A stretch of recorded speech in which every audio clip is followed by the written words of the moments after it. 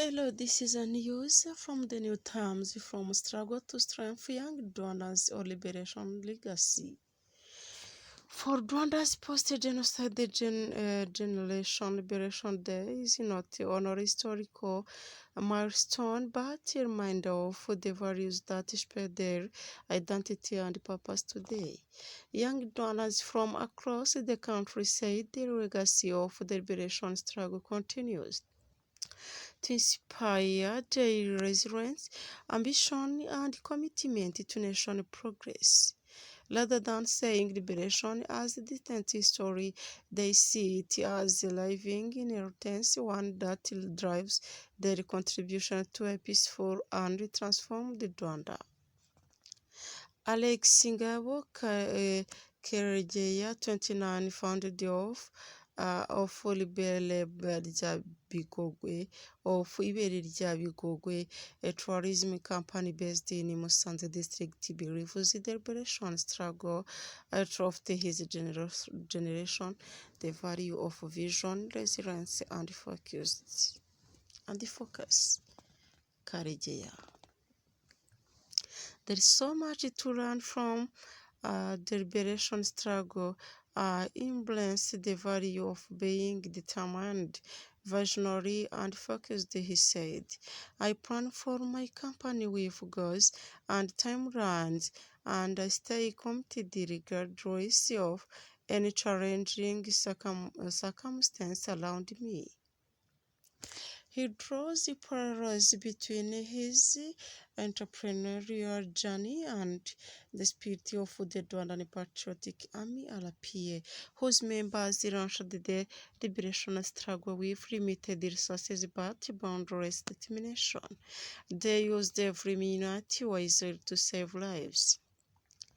Despite their disadvantage in arms and numbers compared to the regime they were fighting, they were resolute in their mission to stop the genocide against the Tutsi, liberation the country, and rebuild our motherland, he said. They use the environment wisely to save lives. That inspires me daily, at least for us. We now live in peace, have basic resources, and enjoy a governance system that actively supports you, empowering me to stay constant and focused. For Ngabo, liberation is no longer just about securing territorial freedom, it's about freeing oneself from poverty, toxic mindset, and destructive habit that hinder person and collective progress. I encourage young people to give daily hearts, knowledge, and energy to Rwanda. King Ngabo, 29, the founder and the artistic director of Museum Ngabo, a Kigali-based initiative preserving culture and the community. It shows this with a sense of gratitude and that King Ngabo. If the country had not been liberated, maybe I would be living somewhere as a refugee without rights, without a national ID or passport, he said. When you truly understand our history, you do not just celebrate it, you exactly listen from it. Ngabo believes the patient and perseverance involved in the creative process mirror the struggle of liberation itself. As the artist, our work does not always make sense to people when it's still in progress. For example, if I say I'm working on a project involving 30 drums to represent Rwanda's historical journey, people would think I'm crazy until they see the result. It requires resilience and courage. Huge aspires to give their best to the country in whatever field they are in. I do not judge anyone, but I encourage young people to give their heart, knowledge, and energy to Rwanda. Be excellent in whatever you do. That is how you grow personally and contribute to national development. For me, liberation means giving back for. At the highest form of love, Winibaho Naganira, a social commentator known for her patriotic voice on X, says patriotism is the most profound lesson inherited from the liberation struggle.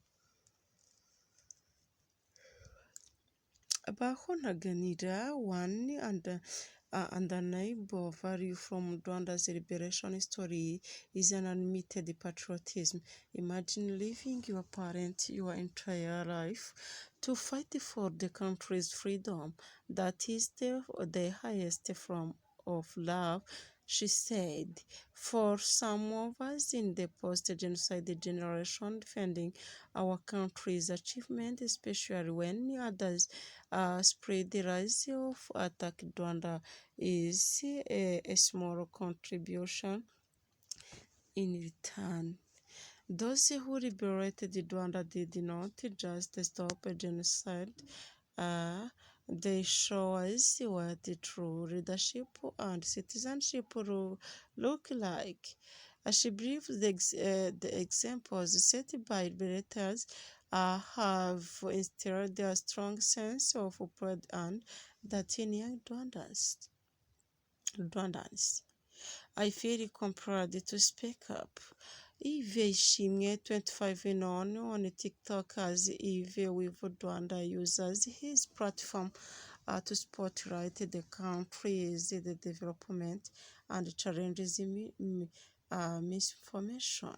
When I see people outside the country who either do not understand or choose to ignore the process Rwanda has achieved, calling on the youth to protest against the government, comparing us to peers who destroy infrastructure in their own countries. I feel compelled to speak up, he said. If with Rwanda, especially when I think of what I have learned from my parents and their history, I feel responsibility to prevent such negative behavior and ensure that our dark past is never repeated. He emphasized that in Rwanda, the idea of national identity and unity must be furthered by all, regardless of where one lives. Even if you are living and working abroad, you should carry that value with pride. And unfortunately, some prefer to attack the country rather than support it. The government has done its part by creating opportunities. It's our duty or to appreciate that and stand against anyone who tries to jeopardize the peace we now enjoy. Ishimwe cautioned against ignorance of history and warned peers about being manipulated through social media. Some young people treat history as something irrelevant, something for the older generation. I see them online ignoring positive stories and crowding space where negative is shared. That is dangerous. We need to understand where we have come from to contribute a meaningful to our future. The negative voices from abroad, they often use money to source young people online. We must guide ourselves by staying informed, engaging in community work, and being economically empowered so we do not fall into traps that use our struggles against our own country. Germaine Muhire 22 farmer and agriculture influence from Rutiro district known as Fezan X said her passion for agriculture is deeply rooted in the past. Feza, I love agriculture even though it's often underestimated, especially because I do it in the very place where my parents once lived, she said.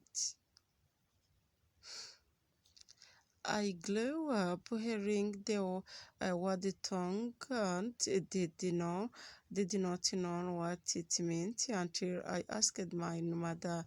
She told me it was the land where our family lived before the 1994 genocide against the Tutsi. They spoke of how deeply connected my grandparents were to that land and how they loved the cattle. As her family began developing the land again, Umuhire made a personal vow to practice advanced agriculture, to own them, and to make everything she does on the land count. She believes her family's story mirrors the experience of many Rwandans. She expressed gratitude for the country's liberation from oppressive governance, emphasizing that liberation carries a profound meaning, preserving collective history and serving as a core driver with courage. For her, resilience is the greatest value inherited from the struggle. Our parents showed us how to overcome hardship and lead lives of purpose. The best way to appreciate peace and the opportunities we now have, like access to the internet, is to use them for progress. We should knock on every door of opportunity. Felicia Tomanzi, 28, journalist and documentary filmmaker behind Secret Memory, is passionate about honoring veterans while they are still alive.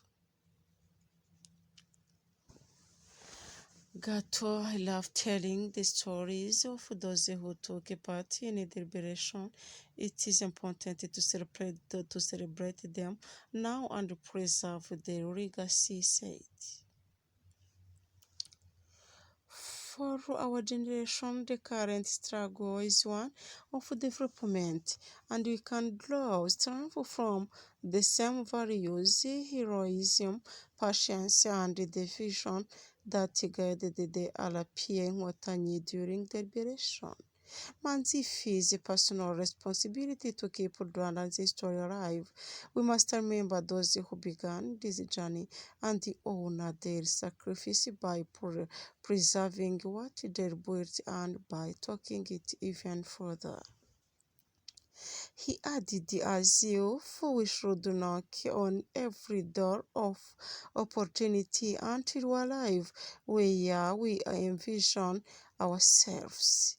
That is how we keep the spirit of liberation alive. Thank you for subscribing again.